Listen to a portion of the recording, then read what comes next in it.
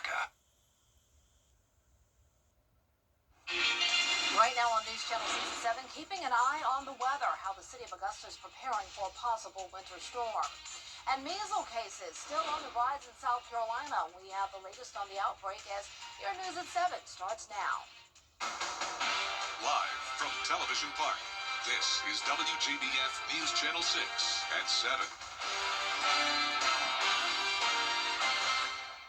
Good evening, everyone. I'm Dee Griffin. Thanks so much for joining us. Before we get to today's big stories, we want to join Chief Meteorologist Jenna Petracci for a first look at the weather and what's happening out there now, as well as what's about to happen to us in a couple of days. Jenna. Yes, Dee. So we have issued Viper 6 alert day Saturday, Sunday, and Monday for that increasing chance of an ice storm here in the CSRA. That is our biggest concern, but we are still not ruling out the possibility of just a cold rain and some snow. But at this point, it looks very likely that at least some portions of the CSRA will see that combination of sleet and freezing rain starting this weekend. And we're going to talk all about it in the full forecast coming up, so be sure to stay with us for that. But right now on our Terry Lambert Hyundai Skyview cam, it's a nice night, can't complain. It definitely was a chilly day though. We started out at 28 degrees and then we climbed to 53 in the afternoon. Temperatures are currently down to the 30s already, 38 in Augusta, 35 in Aiken, still at 41 in Thompson, Millen, you're at 42, 43 in Wrightsville, and 43 in Lincolnton. We have very dry and cold air in place. Dew points are down to the single digits in some spots with winds coming out of the west. The winds have settled down, so with the calm winds, the dry air, and the clear skies tonight, it will get cold, dropping down to 30 by 11 p.m. And then when you're headed out the door tomorrow morning, we'll be close to 20 degrees. So this will be a hard freeze. If you have issues with that with your pipes, be sure to let your faucets drip overnight. But then look what happens Thursday and Friday. We're warming up into the 60s with some rain chances. And then once we get to Saturday, that's when that rain chance could turn into a winter weather chance. And I'll have more details once again coming up in the full forecast. But back to you, Dee. All right, thanks so much. We will see you in a few minutes. With the winter weather threat, Augusta Emergency Management Agency and the Georgia Department of Transportation say they are closely watching the weather and starting to prepare. Graham Lee explains. The city says the National Weather Service told them there is high confidence that a winter weather storm is on the way. Departments are now coming together to determine the best course of action over the next few days. They're going through their checklists on if they need to salt the bridges, the roads, if they need to do their equipment checks. They're going through all of that stuff. So we're putting that all together, and then we're going to continue and have meetings when it gets closer to the time being. GDOT is also currently discussing next steps, but they have started to make the brine solution they use to treat state roads when these kind of events occur.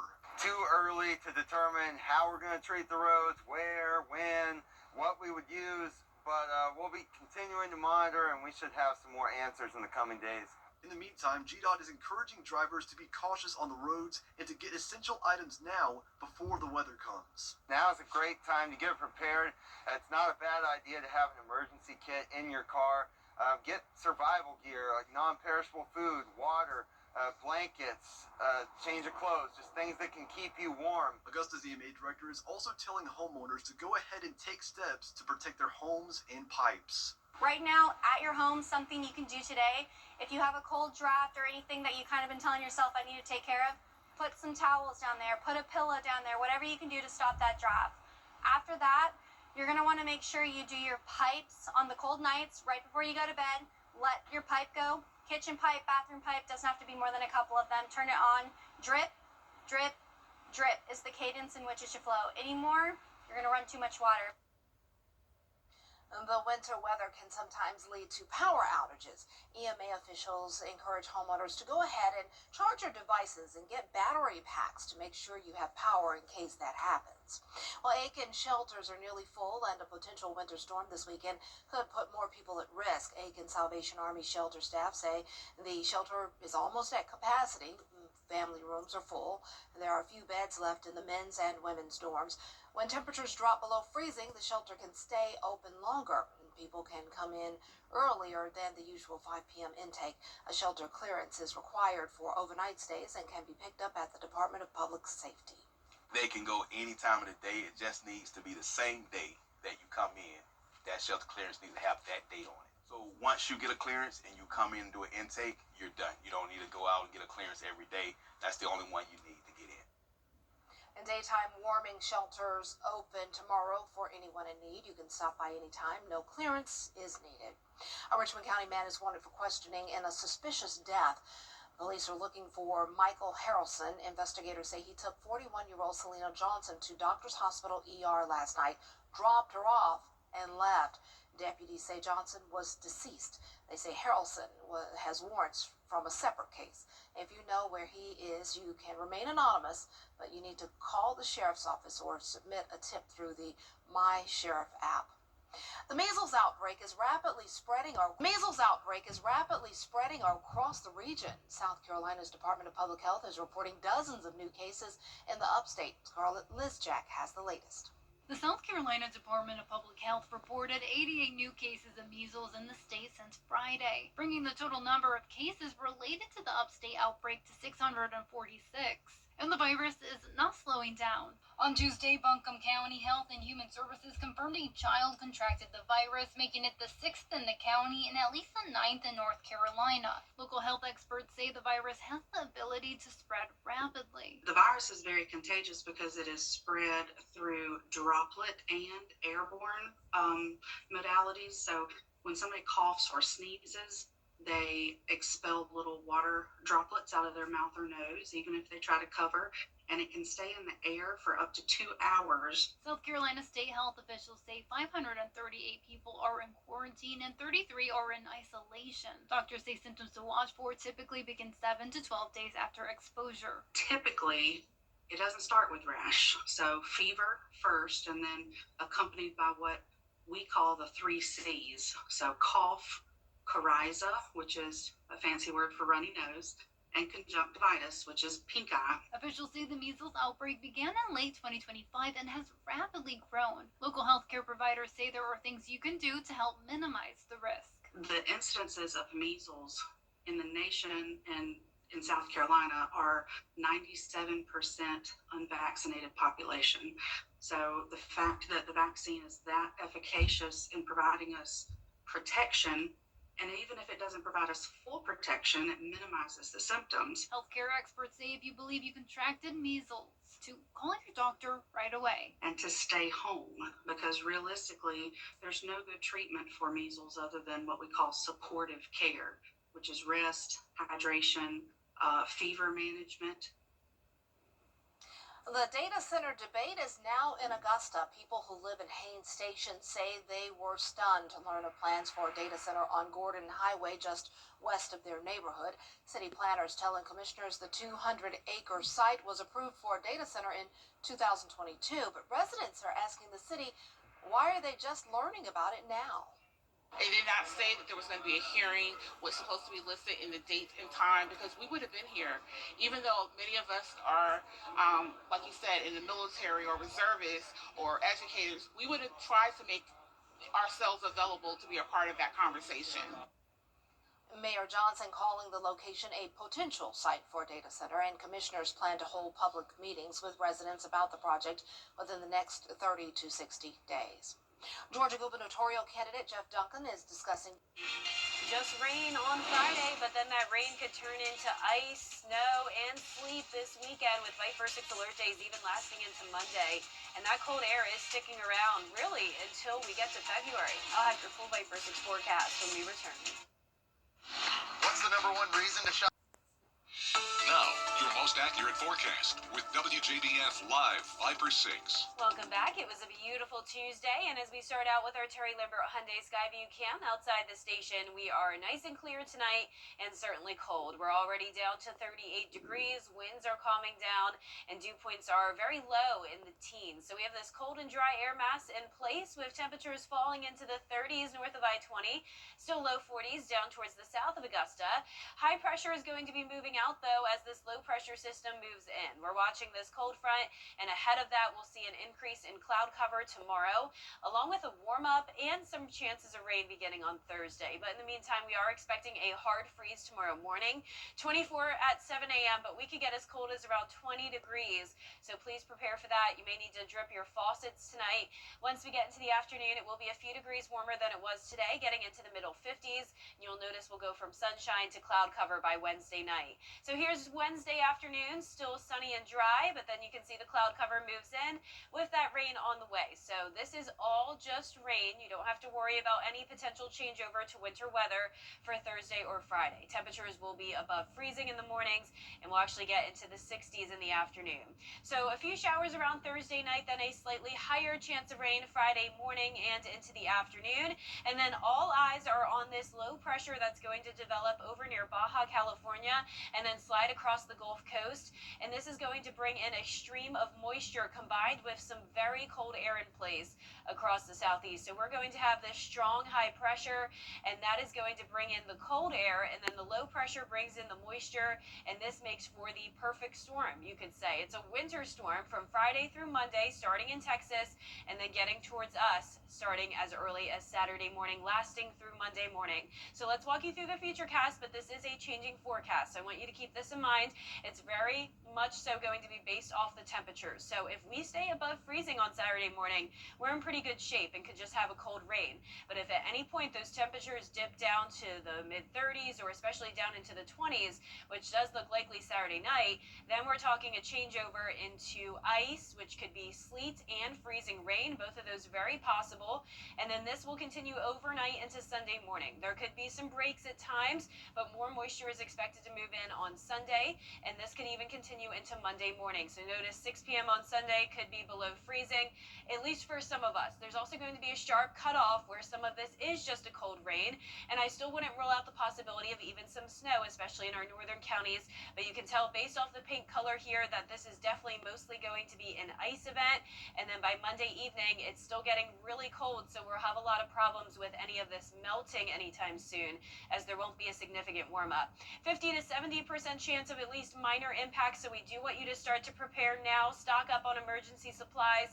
Make sure you have a car full of gas, and you're going to want to prepare to stay off the roads this weekend and avoid parking your car under trees and limbs that could be vulnerable if we do have that ice develop on them. Remember, it does not take much ice to lead to some issues, so we have those Viper 6 alert days Saturday through Monday, and we'll be watching it very closely for you all, Dee. Oh yeah, I'm just reworking everything for this weekend's calendar and everything because it's going to be pretty dicey out there. Yes, that's very important to go ahead and reconsider any plans you may have had this weekend. Okay, thanks so much. Well, a new art exhibit opens today in Aiken. It's at the Center for African American History, Art, and Culture. The exhibit is called Unforgettable. Cecil Williams is the man behind the collection that documents the civil rights movement. In 2019, Mr. Williams converted his old Orangeburg home and darkroom into the Cecil Williams, South Carolina Civil Rights Museum. Things and these great moments in time that were happening here in South Carolina.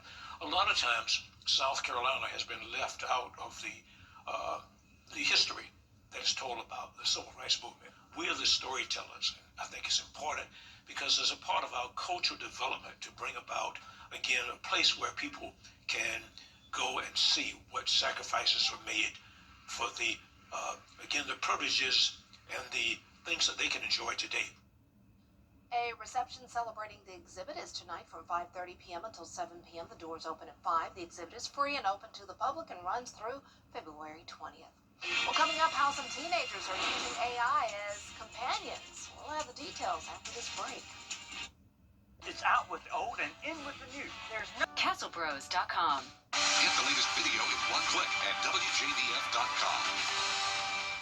The WJBF Live Viper 6 Skyview Network is sponsored by Terry Lambert Hyundai. Low prices, big selection, and committed to quality customer service.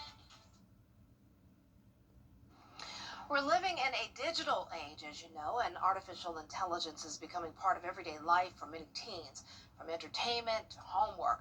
But now some are even using it for companionship.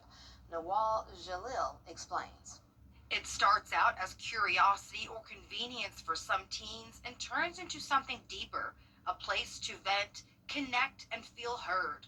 But as artificial intelligence and machine connections become more accessible, experts are asking what that could mean for real human relationships. It's a slippery slope.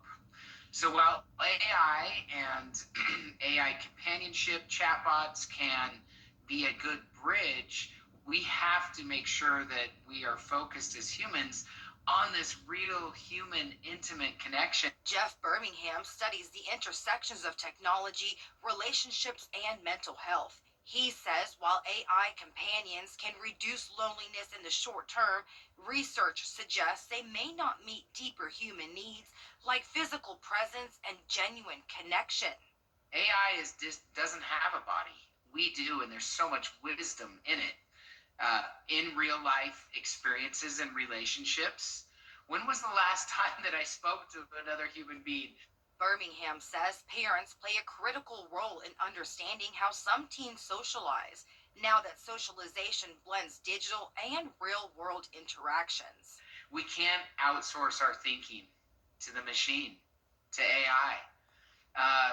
We've got to work with AI in wisdom. Again, this is part of becoming wise in the age of AI. Birmingham says the challenge for families is learning how to stay emotionally grounded, making sure technology enhances connection without replacing what makes relationships human. Real human relationships is something we're going to have to fight for, to really work for in the coming decade. And I hope it's a choice that we make. In a world filled with artificial voices, Birmingham says the most important conversations still happen at home, around dinner tables, in car rides, and in moments when we show up for each other, choosing people over screens.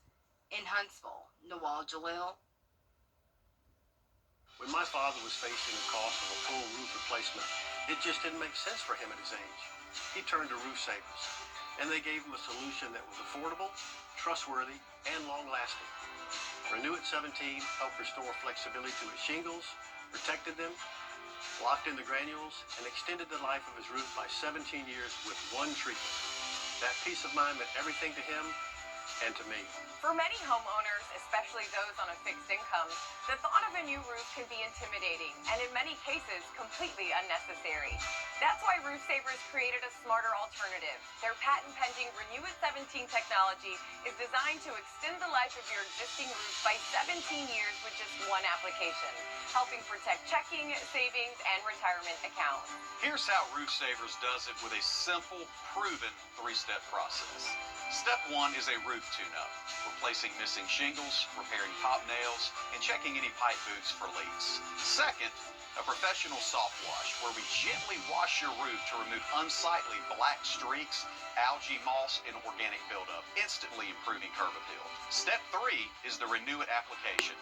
We apply our patent-pending Renew It 17 formula, adding 17 years of additional life to your roof with just one treatment. Roof Savers preserved my father's roof, and they can help preserve yours too. America's #1 choice for roof preservation is Roof Savers. Save your roof, save your money. Gerald Jones Honda wants to... Usually when you think of paddle boarding, you think of a tropical environment. Well, you can also paddleboard in not so warm places like Siberia. The temperatures can be a frigid -40 degrees. Paddleboarders make their way along one of the branches of the O River, which doesn't freeze even during severe wintry conditions. The water temperature is year-round 32 degrees. Yikes, that's cold. And yeah, Oh my gosh. I'll take their word for it. I'm not doing that. That's Yeah. too cold. I love paddleboarding. It's one of my favorite activities, but I love doing it in the tropical warmth. Unless you can do it with a big old coat on.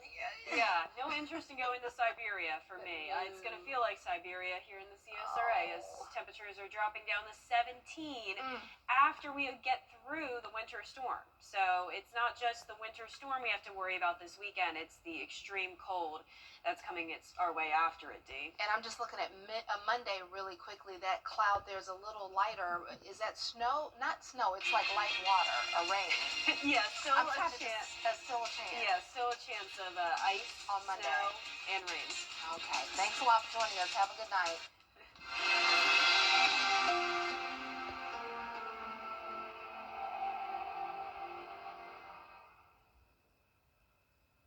day my daughter was hit by a truck,